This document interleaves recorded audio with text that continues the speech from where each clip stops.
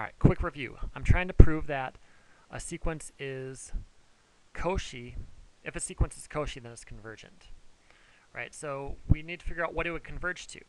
And so Cauchy sequences are bounded, so we know there's a convergent subsequence, x sub n1, x sub n2, x sub nk. And this is going to converge to some limit x. That's what actually the whole thing is going to converge to, as we'll see. And very briefly, the notation x n sub 1, n sub 2, n sub little k, should be a little k.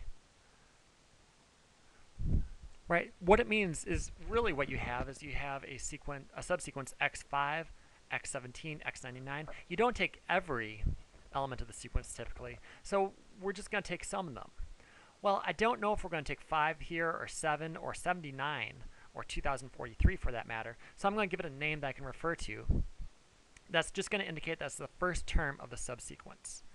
And the first term part is designated by the subscript 1, and then the subsequence part is just as n. N sub 1 is the first term of the subsequence, n sub 2 is the second term of the subsequence, and so on and so forth. So the unfortunate thing is you get a subscript of a subscript, but we can deal with that.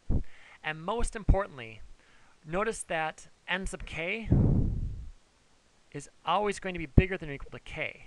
The second, right, k stands for the thing in the list. So if k equals 2, it means just take the second thing in the list. N sub 2, or n sub k, is the subscript from the original sequence over here, x sub n. So it will always be the case that n sub k, the subscript from the original list, is going to be bigger than or equal to k, which is the place that it falls in the the subsequence. Why is that? Well, it has to fall at least as late as, right?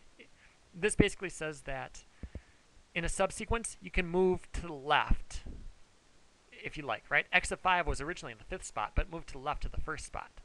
So in the subsequence, you can move to the left, which means you get smaller, but you can't move to the right. I couldn't make, x sub 5 be in the 6th spot because I only have 5 things. I only have 4 things that come before x sub 5, period.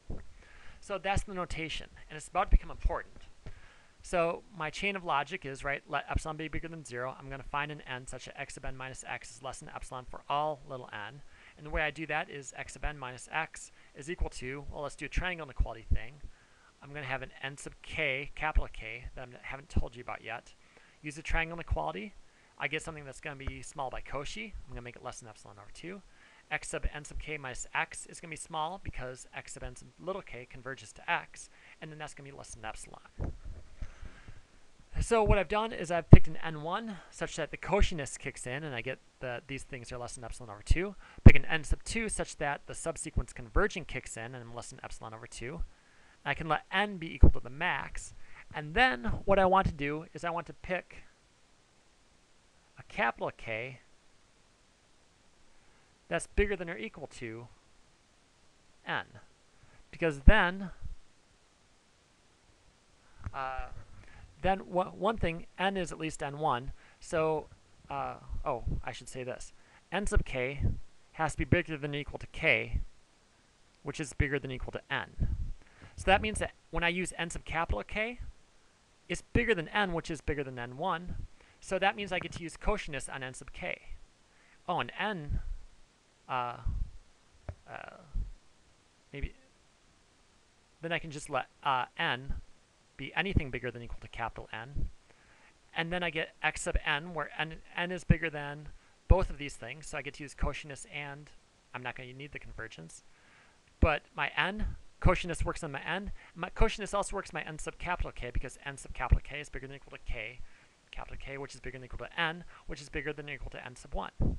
So this is less than n epsilon over 2. Also, n sub k is bigger than or equal to k, which is bigger than or equal to n, which is bigger than n2, which means that I can use a convergence here as well.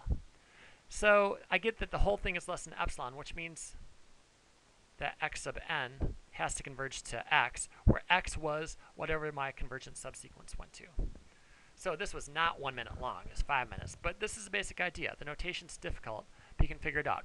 This is a very standard proof, so get to know it well. Have a good day.